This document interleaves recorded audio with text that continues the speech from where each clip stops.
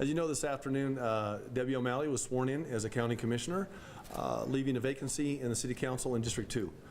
We wish now Commissioner O'Malley all the best in her endeavors at the county side, and we look forward to working with her on those issues that are important to both the city and the county.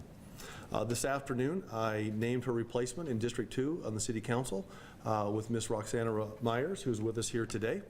What I thought we would do is this. We will go through a brief swearing-in ceremony. Roxanna has some of her family who are with her this afternoon. Council President is with us this afternoon, Dan Lewis as well. And our City Clerk, Amy Bailey, is the person that does the swearing-in procedures. And we'll do that, and then we'll be happy to answer your questions. Ms. Clerk. Okay. Ms. Meyers, if you can come with me. Sure. And raise your right hand, please. Repeat after me. I, Roxanna E. Meyers, I, Roxanna Meyers, do solemnly swear do solemnly swear to uphold the Constitution and the law of the United States of America to uphold the Constitution and the law of the United States of America and the Constitution and the law of the State of New Mexico. and the Constitution and the law of the State of New Mexico. I furthermore do solemnly swear I furthermore do solemnly swear that I will faithfully, impartially, and sincerely that I will faithfully, impartially, and sincerely perform my duties as a public servant perform my duties as a public servant of the people of the City of Albuquerque, New Mexico, of the people of the City of Albuquerque to the best of my ability, so help me God. to the best of my ability, so help me God. Okay. If you can just sign each of the 3 originals for us here.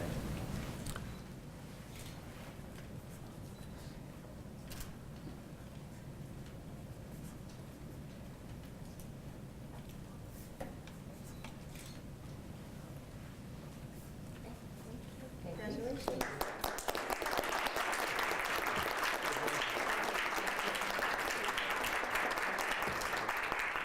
I don't think we need this. Is that your purse? It is. Let's, we'll move the chair. I don't think we need the chair. So we're more than happy to answer questions.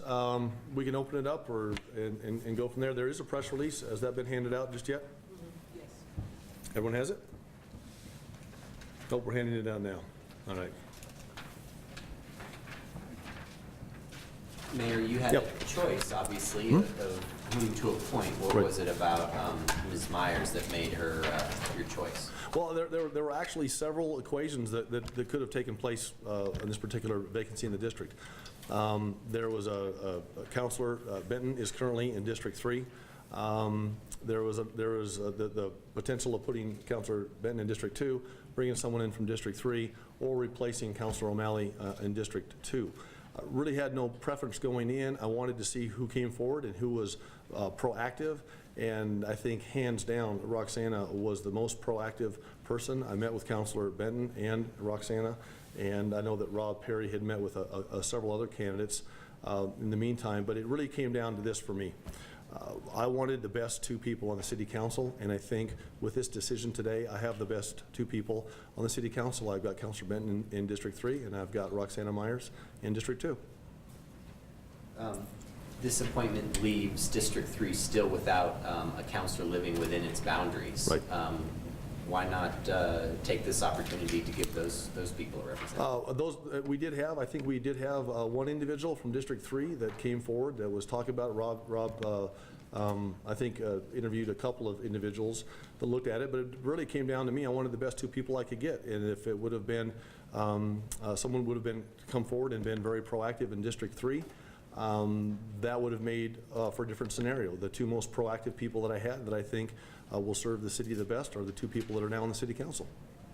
What do you mean by most proactive, most aggressive about Well, I think in I think in a situation like this, it's obvious, it's all over the news that there's a vacancy. I think it was incumbent upon people to come forward and say, listen, I want to stand up and serve. And Roxanna did that. She came in. She was very energetic, very driven in the process, and I say that in a good way. She can tell you more about her background. She has a small business background. She's a very successful businesswoman. She's also someone who has spent a lot of years as an advocate in the city of Albuquerque, and it became fairly evident when we met for the first time. I did not know, I think I'd run into Roxanna in town here and there, but didn't really know her. And it became very clear very early on that she had some of the traits that I think I have as a public servant. She stood up, she said, I want the job, give me an opportunity to serve.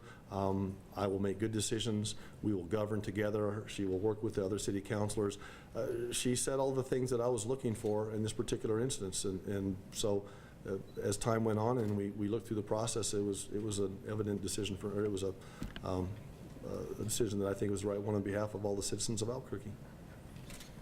And Ms. Meyers, can you tell us a little bit about why you sought the appointment and what will make you a good city councilor? Well, I have a passion for Albuquerque. I live in District 2, which is the soul of the city. And there's so many things, wonderful things to celebrate about Albuquerque. And I think, you know, having been successful in my business, I can bring some of that to the table with regard to some of the traits that takes to build a business, to hire people, to bring jobs to Albuquerque. I think I bring a lot of that to the table.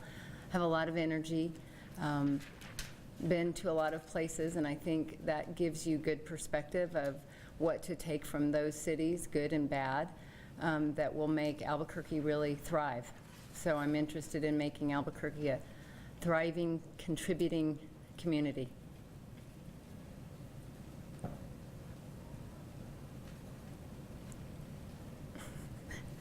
Dan's still. Anybody else?